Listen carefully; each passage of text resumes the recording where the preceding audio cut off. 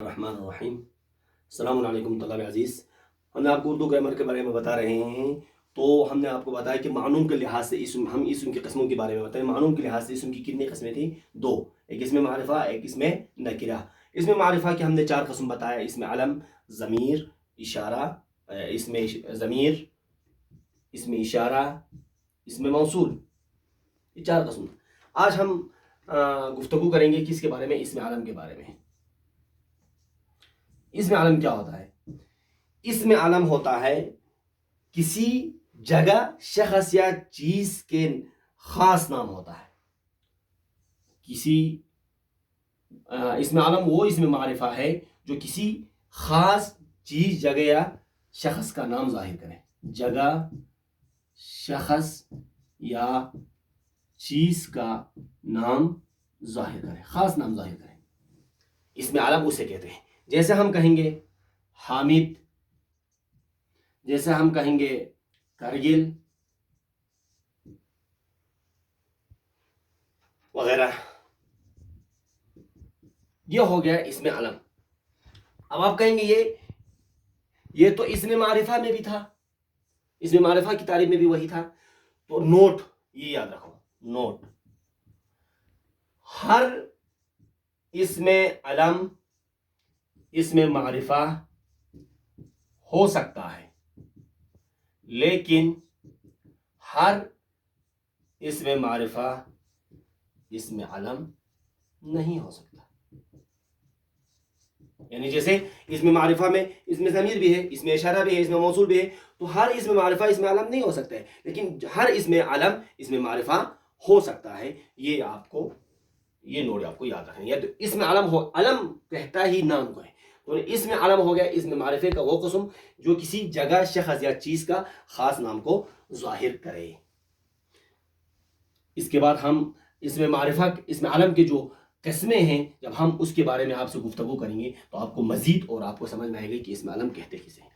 اس کے بعد ہم بحث کریں گے اسم ضمیر کے اوپر. ضمیر ہم نے پہلے بحث کیا. اسم ضمیر جو کسی اسم کی جگہ استعمال کیا جائے، جو کسی اسم کی جگہ استعمال کیا جائے. جیسے حامد اچھا لڑکا ہے. اگر ہم حامد کی جگہ استعمال کریں گے وہ اچھا لڑکا ہے. یہ جو وہ ہے، یہ کیا ہے؟ یہ اسم ضمیر ہے. یعنی کس کی جگہ؟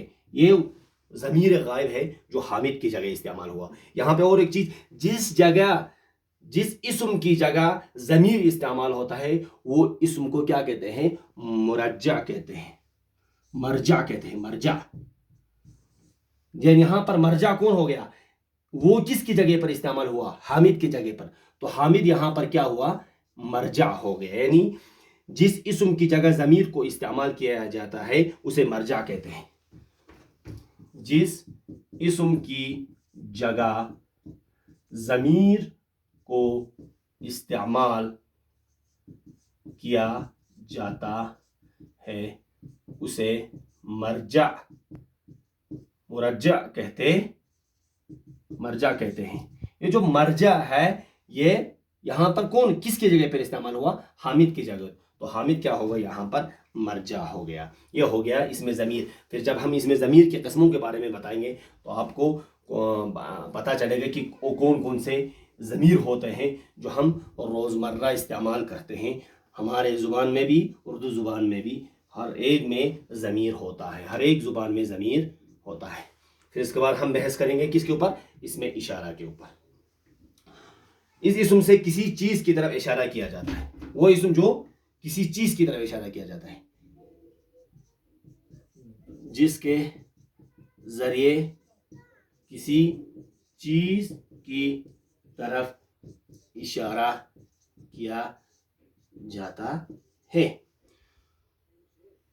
وہ آدمی. یہاں پر جو آدمی کی طرف کس نے اشارہ کیا؟ وہ ہے جو ہے یہ اسم اشارہ ہے. تو یہاں پر اور ایک کوشچن اٹھتا ہے. دو وہ ہو گیا، ایک ہو گیا کیا؟ وہ اچھا لڑکا ہے. ایک ہو گیا وہ آدمی. تو آپ کنفیوز ہو جائیں گے کہ یہاں پر وہ اس میں اشارہ ہو گیا, یہاں پر وہ ضمیر ہو گیا, تو یہ کیسے ہو گیا؟ تو اس چیز کو آپ کو خیال رکھنا ہے. جب بھی ہم اشارہ ضمیر استعمال کرتے ہیں, وہاں جس کی طرف اشارہ ضمیر استعمال کیجئے, جس کی اسم کی جگہ, وہ اسم یہاں پر موجود نہیں ہوتا ہے, وہ مخفی ہوتا ہے, اور اس مخفی اسم کی جگہ پر ہم کیا استعمال کرتا ہے؟ وہ استعمال کرتے ہیں. لیکن اس میں اشارہ کو وہ آپ کو بہت آسان طریقے سے آپ کو سمجھ میں آئے گا. کیا؟ جب بھی ہم اس میں اشارہ والا وہ ہم کو کیسے پتہ کرنا ہے؟ اس کے بعد مشار الیہ, مشار الیہ کہتا ہے مشار الیہ, جس کی طرف اشارہ کیا جائے, جس کی طرف, جس اسم کی طرف اشارہ کیا جائے اسے مشار الیہ کہتا ہے, الیہ کہتے ہیں.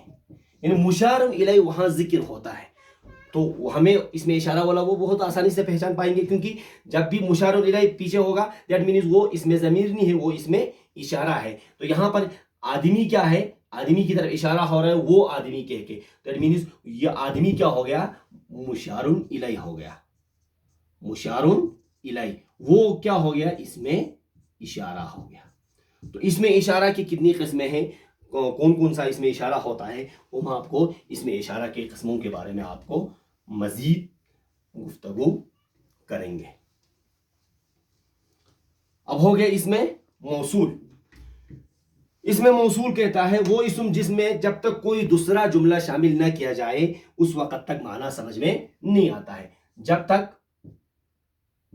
وہ اسم کہ جب تک دوسرا جملہ اس میں شامل نہ کیا جائے معنی پوری طرح سے سمجھ میں نہیں آتا ہے. جیسے مثال کے طور پر جس شخص نے چوری کی, جس شخص نے چوری کی, تو یہاں پر جملہ کیا ہے؟ نامکمل ہے, لیکن یہاں جو جس ہے یہ اس میں موصول ہے, اس کو اس میں موصول کہتا ہے. لیکن جس شخص نے چوری کی جملہ کیا ہے؟ ہمیں نامکمل ہے. جب تک دوسرا جملہ یہاں نہیں لیا جاتا ہے تب تک جملہ مکمل نہیں ہوتا ہے. جس شخص نے چوری کی وہ محمود بخش کا ماموں ہے. تو یہ جو محمود بخش ہو گیا کا ماموں ہے, یہ جملہ جب تک نہیں لایا گیا تب تک اس جملے کا ہمیں معنی سمجھ میں پوری طرح سے نہیں آیا. دیٹ مینز یہ بعد والے جملے کو اس میں کیا کہتا ہے؟ اس بعد والے جملے کو صلہ کہتا ہے. یعنی جب تک صلہ اس میں شامل نہیں کیا گیا تب تک اس میں موصول والا جملہ ہمیں سمجھ میں نہیں آیا. یہ جو جس ہے یا جس ہے, جس کو ہے, اس میں موصول جیسے جس کو, جو کوئی وغیرہ, یہ سب جملے کے جو شروع میں ہوتا ہے یہ سب کیا ہے؟ اس میں موصول ہے. تو یہاں پر اس میں موصول کیسے سمجھ میں آئے گا؟ جب یہ والا الفاظ استعمال کریں گے کسی جملے میں تو وہ جملہ نامکمل ہوگا. جب تک اس کے بعد دوسرا جملہ نہیں لایا جاتا ہے اس جملے کو صلہ کہتے ہیں. ہمیں اس کا پوری طرح سے معنی سمجھ میں نہیں آتا ہے. تو انشاءاللہ ہم جب اس کے قسموں کے بارے میں آپ سے گفتگو کریں گے تو آپ کو اچھی طرح سے آپ کو سمجھ میں آئیں گے. باقی والسلام علیکم. تھینک یو, شکریہ.